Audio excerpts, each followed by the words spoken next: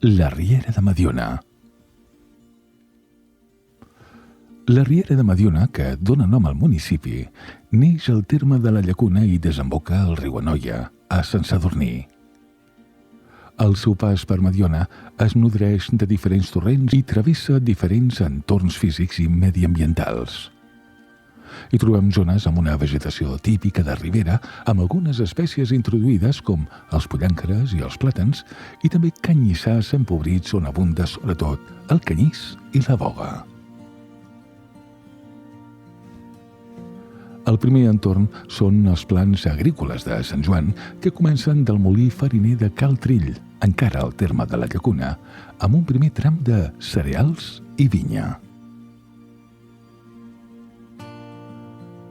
Els plans estaven coberts per una bona xarxa de canals necessaris per al reg. Actualment es conserven els traços dels canals, molts dels quals ja no es mantenen, i forces rescloses, com la resclosa de Can Jombo, la de Sant Joan o la dels Rentadors. Davant de la barriada de Can Jombo s'hi ajunta el torrent de Puigfred, que agafa les aigües de la part sud d'aquesta serra.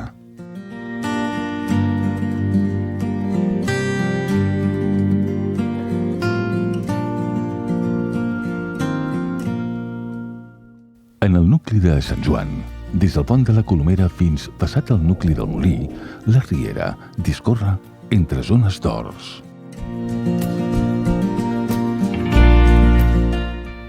En aquest tram té força aigua subàlvia, aprofitada en pous de molt poca profunditat. Moltes cases en tenien un.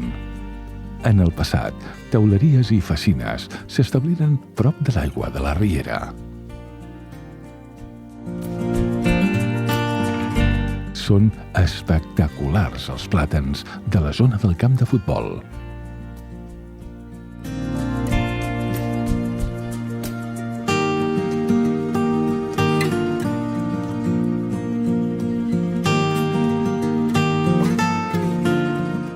La Riera divideix el nucli antic de Sant Joan, anomenat l'altra banda, de la part més nova.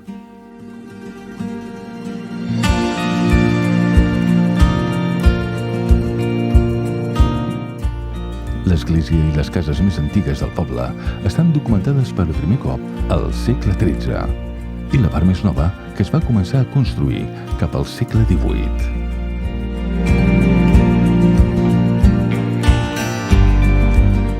A continuació es troben els Rentadors, amb àlbers i pollancres de gran alçada.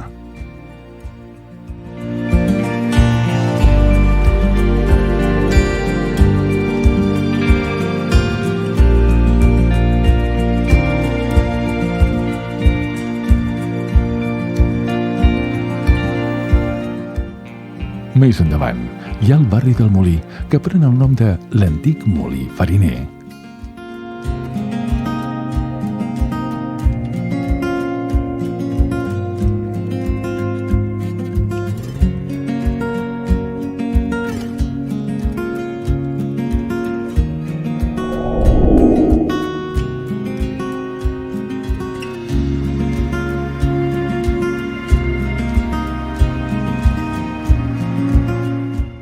Davant del barri del Molí s'ajunten a la Riera les aigües del torrent de Puigcúgol, que comença a la serra d'Espinagosa i passa per les cases noves de Campardo, recollint les aigües de la part nord de la serra de l'Avellà, el Bolet, el Marquès i Clivelleres.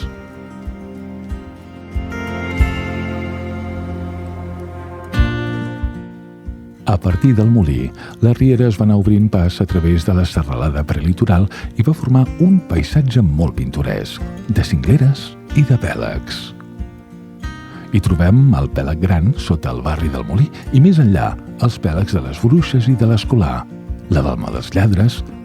També s'hi troben les restes d'un pou de glaç on, a l'hivern, s'hi emmagatzemava el glaç que es formava a la Riera. Arran de Riera es va consolidar el camí ral que, amb poc desnivell, permetia als animals i als carros accedir a les planes més baixes. Durant segles va ser utilitzat com una de les vies de comunicació entre la plana i la costa mediterrània amb la Catalunya interior. Era el camí utilitzat pels nostres avis per anar a Sant Quintí i d'allà a Reu.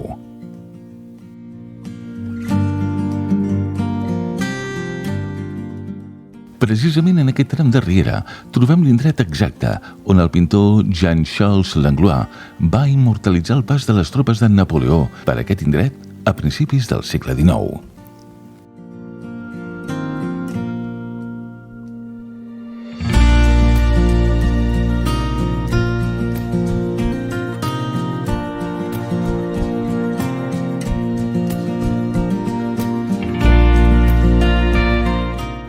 A la part més esquerpa del Congost, en un lloc privilegiat, hi trobem el Castell de Mediona i l'església de Santa Maria de Mediona.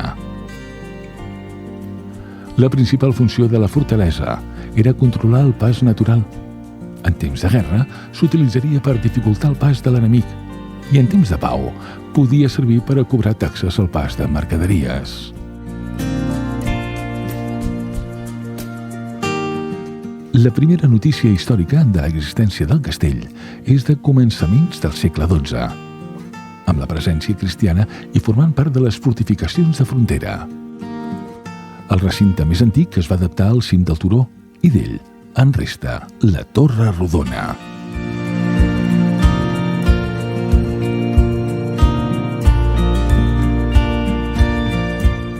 La construcció militar s'acaba al segle XV amb l'aixecament de dues torres quadrades i diferents closos emmurallats que tanquen el recinte del conjunt. La torre petita, a l'extrem nord, situada al costat del camí d'accés des de la riera, que és una construcció quadrada amb sageteres a la sala interior i un nivell superior de guaita.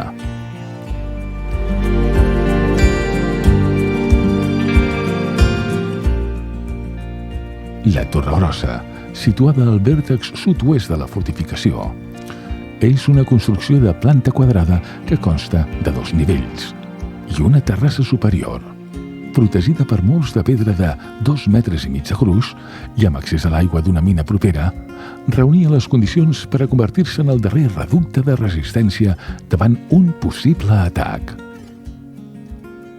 Amb el temps, el castell va anar perdent rellevància a mida que les noves comunicacions restaven importància estratègica al Congost de Mediona, mentre que l'església l'anava agafant. Al segle XVII, la fortalesa militar va deixar de funcionar, mentre que la parròquia va continuar endavant.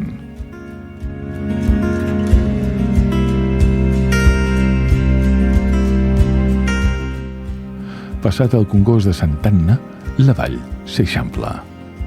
La riera perd velocitat i va formant meandres fins a arribar al saltant de les Deus. A banda i banda de la riera s'enfilen les feixes de vinya fins a les cingleres calcàries. També hi trobem conreus en torta regats pels canals que s'hi han establert aprofitant l'aigua del riu. Són les planes de Santa Anna, el Pla de Sala i el de la Marquesa, que són molt riques en aigües subterrànies.